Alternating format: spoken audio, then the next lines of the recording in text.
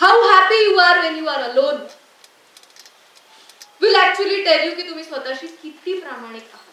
म्हणून कुसडेपणाने वागायचं नाहीये लोकांशी. आपण एक्स्ट्रीम्स मध्ये जातो कारण इमोशनल मॅच्युरिटी नसते आपल्याला. पण बॅलन्स, ट्राय टू बॅलन्स. आणि याच सवयीतून चौथी सवय येते, fifth, second hand dreams. Second hand dreams. आपली स्वप्न आपली नसतात. बऱ्याच वेळेला आपली स्वप्न दुसऱ्याची पूर्ण झालेली असतात म्हणून असतात. की त्याने कशी घेतली मर्सिडीज, त्याने कसं घर बांधलं. आणि मग अशा ड्रीम्सला काही ग्रॅव्हिटीच नसते, काहीच ग्रॅव्हिटी. मग आपल्याला सतत असं वाटतं की माझं हे ड्रीम पूर्ण झालं ना की मी खूप आनंदी होईल. मी इकडे फिरायला जाईन ना तेव्हा मला खूप आनंद वाटेल. इकडे तिकडे जाऊन काहीही वाटत नसतं. जी माणसं इकडे खुश आहेत तीच जगात कुठेही जाऊन खुश होऊ शकतात. जी माणसं इथे कटकट करतायत ना ती तिथे जाऊन पण कटकटच करणार आहेत. कारण जागा बदलल्याने तुमची अवस्था नाही बदलत. तुम्ही तीच अवस्था घेऊन त्या जागेवरती जा. हे आता जे सगळं झालंय 8 तारखेपासून तुम्ही बघा, ऑनेस्टली चेक करा, तुमच्या पण एक स्वप्नांचं लिमिट जरा खाली आलेलं. कारण तुमची स्वप्न ज्याच्या कॉम्पिटिशन मध्ये होती तो आता खाली आले. So automatically we are way more relax. ठीक आहे, ठीक आहे.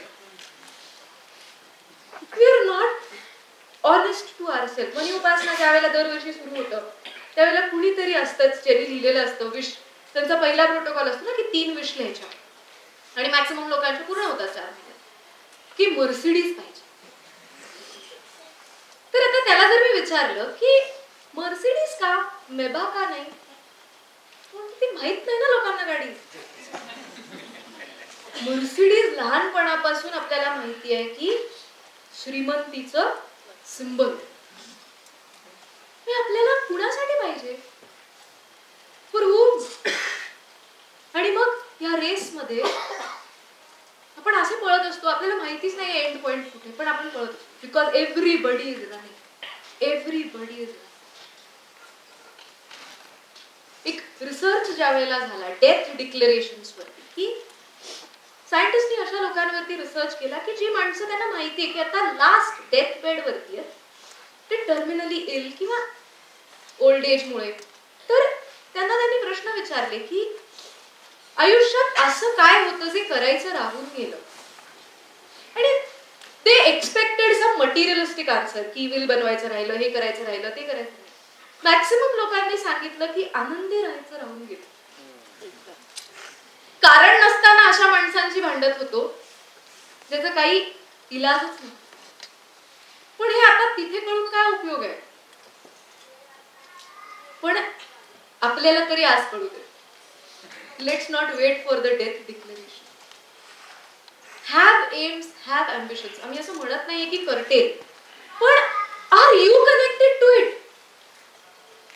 खरंच तुम्हाला असं वाटतं का की येस ही गोष्ट मला हवी आहे, का ती मला हवी आहे because somebody else has it. पेशींना सवय आहे, आपल्या पेशी सतत आपल्याला कसं वाईट वाटेल या अवस्थेत स्वतःला शोधत असतात. म्हणून आपल्याला पुल करून आणावं लागतं स्वतःला. Stay positive. निगेटिव्हिटीकडे असं सरळ आपण वाहत. चेक विथ युअरसेल्फ की खरंच मला किती पैसे पाहिजे. What does my inner feeling say. कसं घर असलं पाहिजे. What kind of health do I want. This is where you respect your choice. This is where you respect your choice. विचार करा या गोष्टींवर की कितीतरी ड्रीम्स आपल्या या गोष्टींमुळे असतात. आणि मग आपण त्या फुलफिल करण्यासाठी प्रॅक्टिकली सगळं करत असतो. पण एनर्जीचा जर आपण विचार केला ते फुलफिल होतील का? त्या होण्याच्या ऐवजी त्या आणखीन लांब जात असलेल्या दिसतात. कारण त्याच्यामध्ये प्रचंड प्रमाणात जेलसी आहे, राग आहे, एन्झायटी आहे कधी, आणि मलाच काम. हे सगळे निगेटिव्ह ट्रेट्स आहेत. Attracting wealth is a positive trait. Negative अवस्था पॉझिटिव्हिटीला अट्रॅक्ट नाही करू शकत. मग अशा परिस्थितीत वेल्थ आली जरी तरी ती तुम्ही कधीही आनंदाने उपभोगू शकणार नाही. जी माणसं इन्सिक्युरिटीने पैसे जमवतात, असू दे काहीतरी होईल, असू दे काहीतरी होईल, लागतील तेव्हा, त्यांचे पैसे काहीतरी पुण्यातच पोहोचले. पण तेव्हा त्यांना काय वाटलं, बघा तेव्हा साठवले म्हणून आज कामी आले. They don't know that they have sown the seed long back. आणि नियमितपणे त्याला आपण खतपाणी घालतो, ते येणारच होतं. Saving money, planning is a different thing. Okay, it's a planning of life. पण त्या प्लॅनिंगच्या पाठीमागे जर सतत इन्सिक्युरिटी असेल, फ्युचरचं काय, फ्युचरचं काय, फ्युचरचं काय, ती इन्सिक्युरिटीच क्रिएट करणार आहे. सो आपल्या ज्या एम्स आहेत, अम्बिशन्स आहेत, त्याच्याशी तुम्ही किती तरल अवस्थेत कनेक्ट होता. तरल म्हणजे सहज आहे. ती विश मनात आल्यावरती यू रिअली फील हॅपी. ठीक आहे, आज ती परिस्थिती आपल्याकडे नाहीये कदाचित, पण त्या गोष्टीचा विचार जरी मनात आला, you feel happy. That is your true wish. जे एम अम्बिशन समोर आल्यावरती प्रेशर क्रिएट होतं सिस्टीम मध्ये, कुठेतरी ते आपलं नाहीये. It is not hours. It is because somebody has done. Because somebody has. आणि इथूनच पुढची सवय आहे सतत कन्फ्युजन मध्ये राहणं. ब्रेनला सतत कन्फ्युजनची अवस्था आवडत असते, त्याला सवय आहे त्याची. त्यामुळे आपल्यातून बाहेर पडणाऱ्या व्हायब्रेशन्स पण सतत कन्फ्युजनच्या असतात. कारण हे कन्फ्युजन का असतं? कारण आपल्याला क्लॅरिटी नसते. आपल्याला काय पाहिजे याची क्लॅरिटीच आपल्याला नसते, आणि म्हणून दिस कन्फ्युजन व्हायब्रेशन्स गेट. जसं आपण एक मोठं लेक्चर काहीतरी ऐकून येतो, थिंक बिग, लिव्ह बिग वगैरे वगैरे टाइप्स मध्ये. मग तिकडे आपल्याला सांगितलं जातं, तो जो कोण सांगणार असतो तो म्हणतो, मी अशा मर्सिडीजचा विचार केला, माझ्याकडे आज 20 गाड्या आहेत, and all that big show. आपण म्हणतो ह्यानी केला म्हणजे आपल्याला पण व्हायला पाहिजे. मग आपण म्हणतो 20 नको, आपण एकापासून सुरुवात करू. आपण एक मर्सिडीजचं चित्र सगळीकडे घरभर लावून, ठीक आहे.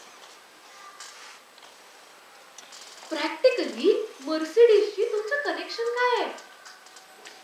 Do you feel that? त्या गाडीकडे बघितल्यावरती आतून जर रिस्पॉन्स असा येत असेल, अरे बापरे, तर मेंटेनन्स कुठून भरायचं? मेंटेनन्स कुठून भरायचं? तुम्ही गाडीची स्वप्न बघत असताना जर सतत मनात विचार येत असेल, ऍक्सिडेंट झाला तर, चोरीला गेली तर, you are contradicting your own wish. You are not ready for it. मग आपण थोडे दिवस त्याच फोर व्हीलरवर फोकस करतो, मग कुठेतरी आपलं लॉजिक माइंड आपल्याला सांगतं की बाबा ठीक आहे, फोर व्हीलर जाऊ दे, तू एक टू व्हीलरचा विचार कर आधी ती येऊ. पण मग ते लेक्चर ऐकलेलं असतं. मग काय करायचं? मग four wheeler, two wheeler, four wheeler, two wheeler, ते युनिव्हर्स पण इतकं कन्फ्युज होतं, ते एक थ्री व्हीलर आणतो. आणि मग आपण सगळ्या ज्योतिषांकडे जातो की हे कुठून आलं, काही पिरॅमिड लावून काही एनर्जी येते का की हे बदलायला. You have sent confusing vibrations. आणि ही confusion is because we are not clear की आपल्याला काय पाहिजे. What really makes you happy. क्लॅरिटीच नाही.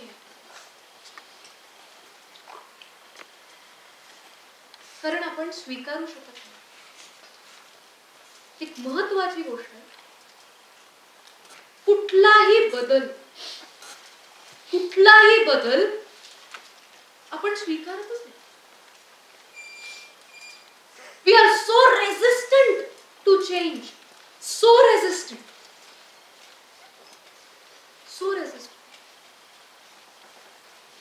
आणि आपण अपेक्षा अशी करतो की जसं चेंज नाही घडला पाहिजे ना, तसं जगात पण कुणामध्ये चेंज नाही घडला पाहिजे. कितीतरी रिलेशन्स या गोष्टीवरती खराब होतात की बाबा तू पहिल्यासारखं राहिलेला नाहीस किंवा तू पहिल्यासारखी राहिलेली नाही. कुणीच पहिल्यासारखं राहिलेलं नाहीये. तुमची बॉडी पण पहिल्यासारखी नाहीये. Every day thousands of cells are dying and new are getting created every day. Body जी स्टॅटिक असू शकत नाही, माणूस कसा स्टॅटिक असेल? तुम्ही जितकं रेझिस्ट करणार आहे आयुष्याला, तितकं कन्फ्युजन आणखीन वाढणार आहे. कारण आपण अशा गोष्टीचा अट्टहास करतोय जी कुणाच्याच कंट्रोलमध्ये नाहीये. कॉन्ट्रडिक्शन आहे. Change is the only thing that is constant. It's a contradiction. Change is the only thing that is constant. आपण किती रेझिस्ट करतो? आपण अशा वेळेला येऊन आयुष्य ऍक्सेप्ट करतो की जिथे काहीही चॉईस राहिलेला नसतो. कंटाळून आपण ऍक्सेप्ट करतो की ठीक आहे. आपण किती पीसफुल होत स्वतःशी. हे कन्फ्युजन त्याच कारणामुळे. We are not peaceful the way we are. खरंच स्वतःला विचारा. आपली एक एवढी मोठी लिस्ट निघेल स्वतःच्याच तक्रारींबद्दल की काय काय कारणांनी मी स्वतःच्या इंटरनल पीस पासून लांब राहिले. मी एवढे पैसे कमवलेले नाहीये, माझं हे झालेलं नाहीये, माझ्या शरीरात हा आजार आहे, माझं शरीरच असं आहे, माझे नाकच असं आहे, माझे डोळेच असे. मी XYZ माणसाच्या अपेक्षांवरती उतरू शकलेली नाहीये. आई वडिलांना जसं आयुष्य पाहिजे होतं मी देऊ शकलेली नाहीये. We have complaints and complaints and complaints. आणि we want best of things in life with the worst mentality. काय मॅचच नाहीये दोन गोष्टींचा. ऍब्सोल्युटली मॅच नाहीये. हे कन्फ्युजनची व्हायब्रेशन्स क्लॅरिटी नसल्यामुळे. कारण आपण पीसफुलच नाहीये स्वतःशी. सतत झगडा आहे आतमध्ये. आपण सतत शोधतोय की माझ्यात असं काय आहे की मला स्वतःच राग येईल. काय आहे? And this is a cellular habit. कारण आपण लहानपणापासून कधीही कुणालाही कुठल्याही सिच्युएशन मध्ये पीसफुल असलेलं बघितलेलं नाही. बघा, बऱ्याच वेळेला आई वडील जे कन्सल्टिंगला येतात त्यांच्यामध्ये आपसमध्ये काहीतरी प्रॉब्लेम्स असतात घरात. त्यांचा कन्सर्न हा असतो की मुलांवरती या गोष्टीचा खूप परिणाम होतो आणि ते इतका अट्टहास करतात की काहीही करून त्या मुलावरती ना काही परिणाम नाही झाला पाहिजे. तुम्ही जितकं त्याला प्रोटेक्टिव्ह ठेवण्याचा अट्टहास करणार आहे, होणार काय आहे त्याला कळत नाहीये. Today the speed of maturity of kids कल्पना करू शकत नाही अशी आहे. तुम्ही त्यांना सांगायच्या आधी त्यांना प्रॉब्लेम कळलेला आहे की ठीक आहे इनका कुछ तो झगडा है, ठीक आहे. They are so matured today, ते कन्व्हिनियंटली इग्नोर करतात आई वडिलांना. ठीक आहे तुमचं काय चाललंय चालू दे. तुम्हाला वाटतं त्यांना कळत नाहीये. They know everything and even we knew everything. तुम्ही लहान असताना तुमच्या घरात जे काही चाललेलं होतं तुम्हाला सगळं कळत होतं, पण त्यावेळेला आयुष्याचा स्पीड वेगळा होता. तुम्हाला लिबर्टी नव्हती आई वडिलांना उलट बोलायची. आज ती लिबर्टी आहे. आज ती लिबर्टी आहे. It's the speed. सो आई वडील जे सतत असा अट्टहास करतात की नाही सगळं असं छान छान छान छान असलं पाहिजे. ज्या वेळेला एखादा प्रॉब्लेम घडतो, there is a fight in the house, how do you react? There is a problem, how do we react? आपण एक तर डिप्रेस होतो किंवा कुणीतरी आरडाओरडा करत असतं, एक कुणीतरी गप ऐकत असतो. एक तर फेकाफेकी होते, सगळे जण एकमेकाला दुप्पट आवाजात ओरडून सांगत असतात तू गप्प बस, तू गप्प बस, तू हळू तू हळू बोल असे सगळे एकमेकांना जोर जोरात त्या पट्टीत सांगतात.